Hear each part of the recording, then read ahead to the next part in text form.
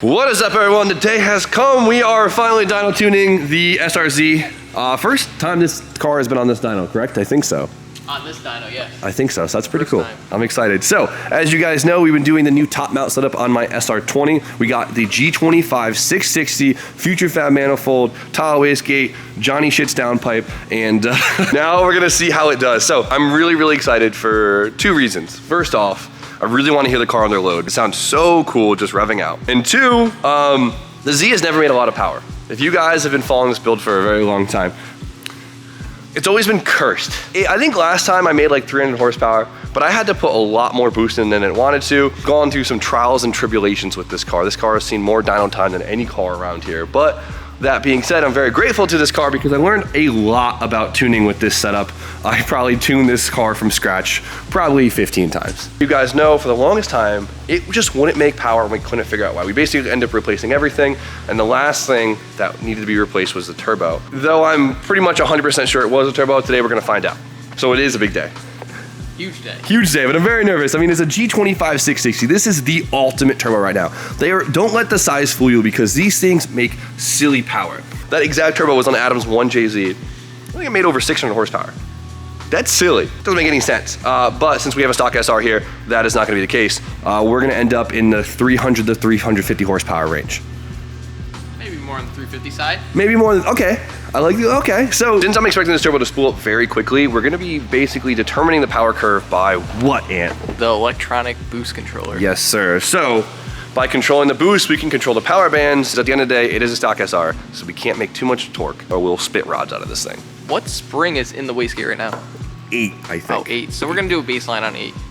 Exactly. See, you've been around. A little bit. A little bit. All right, so let's get this thing warmed up, get on the rollers, and see what happens.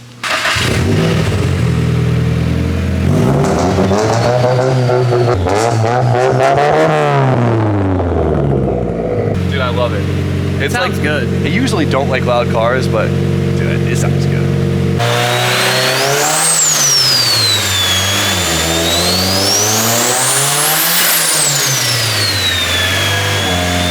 Obviously the car is still tuned for the previous turbo, which means there is a tune on it, so it gives us somewhat of a baseline, so I'm hoping it does go somewhat quicker. What I was surprised to see was how much different the tune seemed to be from the previous turbo, even at low boost. That gives us a really good idea that the previous turbo was really choking this thing up. Set some pretty conservative fail safes on here for our first pull, and we'll see what it does at 8 PSI.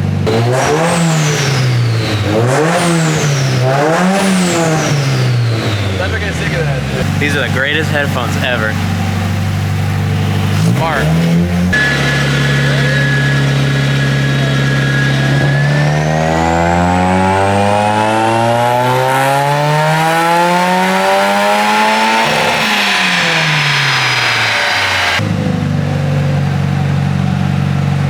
$277 on 8 pounds. 9 PSI. 9. That's not too bad. That's not bad. That's not bad at all. Made full boost at 4 grand, which is pretty good for a little SR, and it held it so steady. That's good to see. Oh yeah, dude, check the graph out. It's beautiful. Super smooth. Super smooth. This R is probably so relieved. Oh, it's probably so happy. I was like, oh, thank God. Dude, that's such a beautiful curve. Let's do one more pull of cleanup, and then let's just start throwing some boost at it. How much will it make at 15 PSI? 15 PSI? 364? No, maybe 340 something. 340 something, what do you think? 347. Yeah. Let's see. And also for the people in the comments, that's actually a Blitz muffler. So check it out.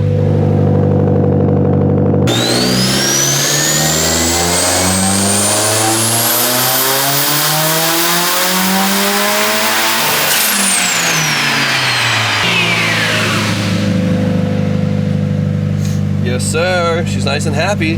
Time to turn the boost up.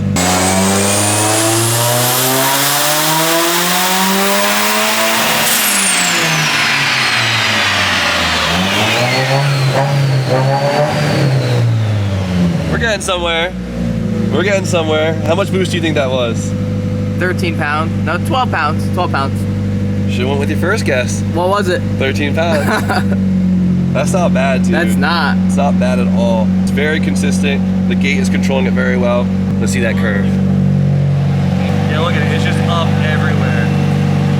Dude, look at the torque. Look at the torque. It just goes. Boom. She needs to make more power, but I'll tell you what. Seems like it's making the correct power per PSI. Yep. So I think we have finally lifted the curse. Is there any downfall? To what? The G? Anything. On this so far? Yeah. The price. Very expensive.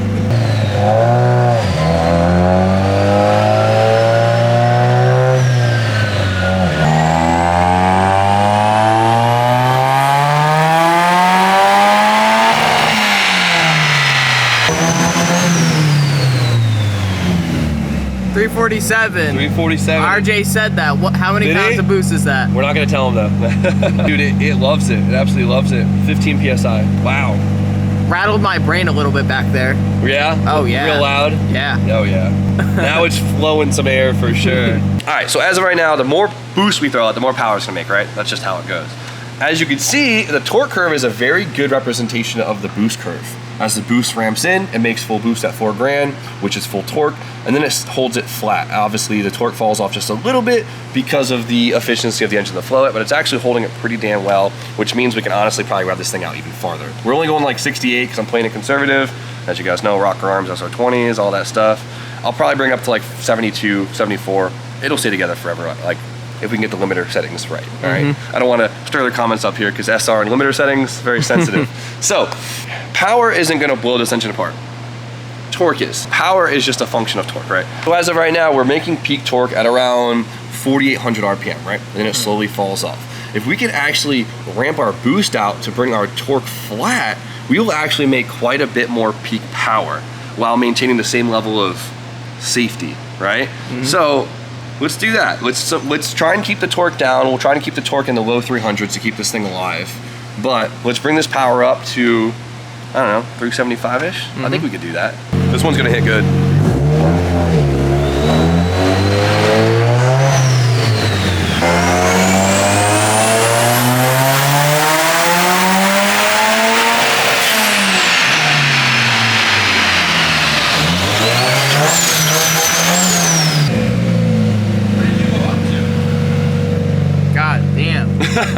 It loved it. It did. It loved it. The thing sounds so happy. What'd it make? 378. Damn. So what I want to do is I want to keep the torque down right here, and I want to bring the torque up down here. So I want to get this more flat. So let's give that a shot.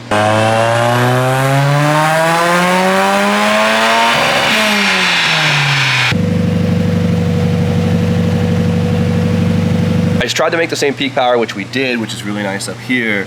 And I brought the torque down basically everywhere, which is what I want to see, but I have to be a little bit more aggressive with it. Come on, bring the torque down just a little bit more. I'd like to see it in the 3 teens, not the 320s. So let's hold the boost out a little bit longer and try and maintain the 370-ish horsepower mark.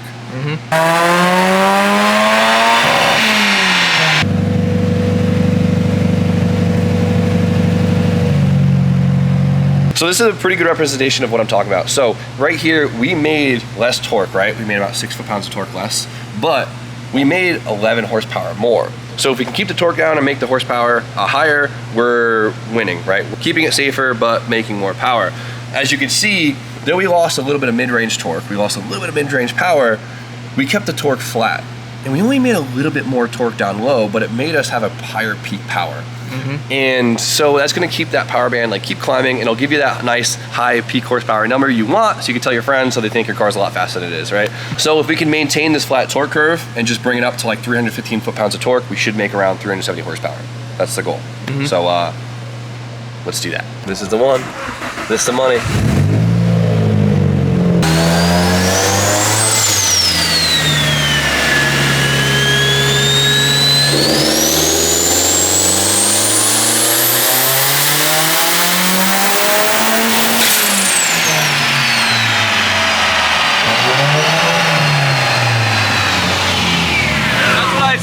You did say it. 315 making, we made 377 horsepower at 315 foot-pounds of torque. That is awesome. That is so good. Let's check this curve out, come on. Check out how flat this torque curve is. It is absolutely unreal. So of course, like we were saying before, torque is what's gonna blow the engine apart, right? So bring the torque up without going over that peak torque number, we're not gonna technically make it more unsafe. Obviously, unless you have to shove like 6 pounds of boost in it and you're like trying to overcome back pressure and you're causing more issues, that could be an issue. But here, since we don't really have much of a flow issue. It took probably the difference between here to here about 3 PSI. So we know we're not kind of just forcing more pressure into it and choking it up, right? That can cause some issues. So obviously this doesn't apply for every situation. I feel like I need to always say this stuff because it's a technical video and people will rip me apart, whatever. So 315 foot-pounds of torque, making 377 horsepower. This curve, the torque is flat, power curve is nice and flat. This thing should feel awesome, and I think I could say it, we have finally broke the curse of the Black Z. Finally, I feel like I need to get like a champagne bottle and like spray it all over the car. There's way more room to make power in the turbo, but it is a stock motor, and this is where I'm gonna call it. 315 foot-pounds of torque, 300 and let's say 80 horsepower. Let's say 380 horsepower. I could beat on this thing all day and not sweat it, and I am extremely happy. Just look at that curve one more time. It's so beautiful. It's on, and if anyone's calling me out for having my smoothing all the way up, it is not. My smoothing's on 2, and that looks smooth as all hell. So there it is, Tony. What's the last thing we have to do on the dyno? Bang all the gears. Bang all the gears. Let's go. You ready for all the awesome noises?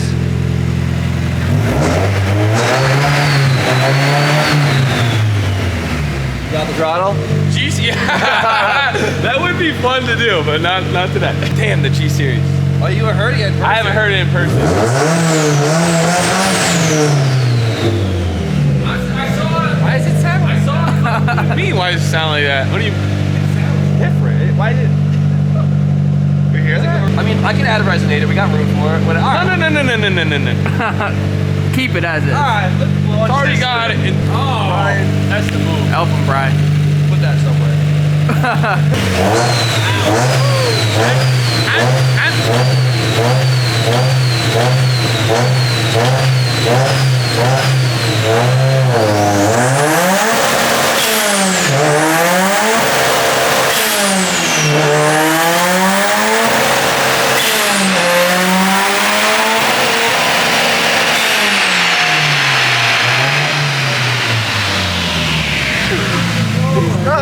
So I'm guessing it's tuned already. Yeah, we finished. It's done? Yeah. The turbo sounds like a blow-off valve when it's fluttering. Yeah. Because it just has that like whiny sound. Damn. Pretty cringe, but I love it. That was so much fun.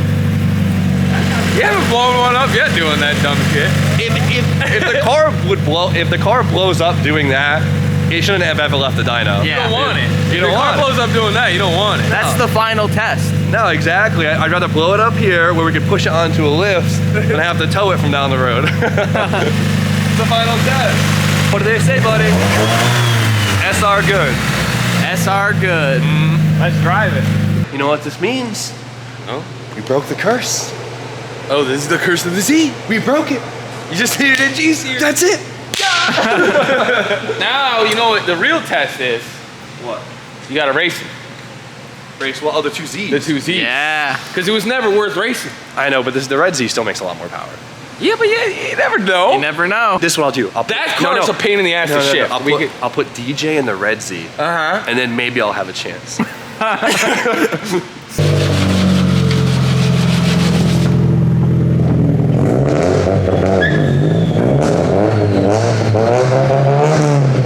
It's so dusty right now. This thing looks absolutely filthy.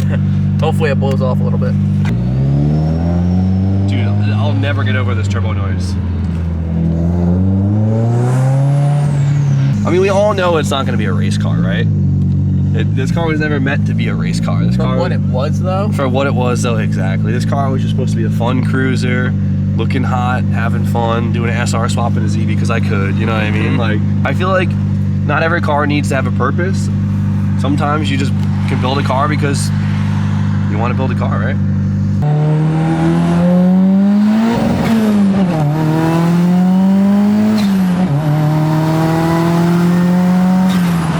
I'll tell you what, it's not a race car, but it's such a fun power band. Like, the car actually feels like it has a boosted engine in it finally. Yeah. It just keeps pulling. It just keeps pulling. I mean, you saw it in the power curve. It was just...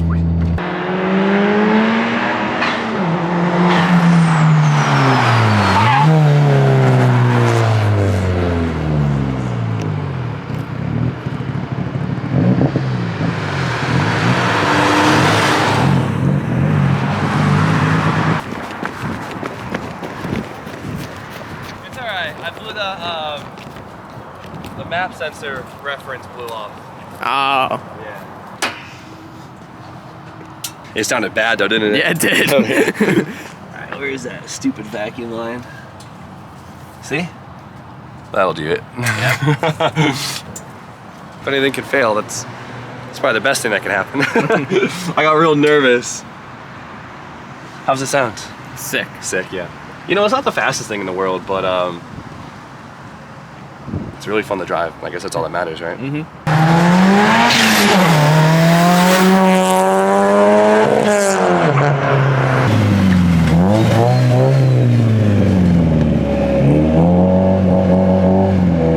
It's good. I think the only thing that's like really robbing of things right now is the intercooler. Like, we knew from the beginning that it was way too small, but it was just kind of like one of those things like, we'll get the car together and figure out it later, and now it's at the point where we got to figure it out. Yeah.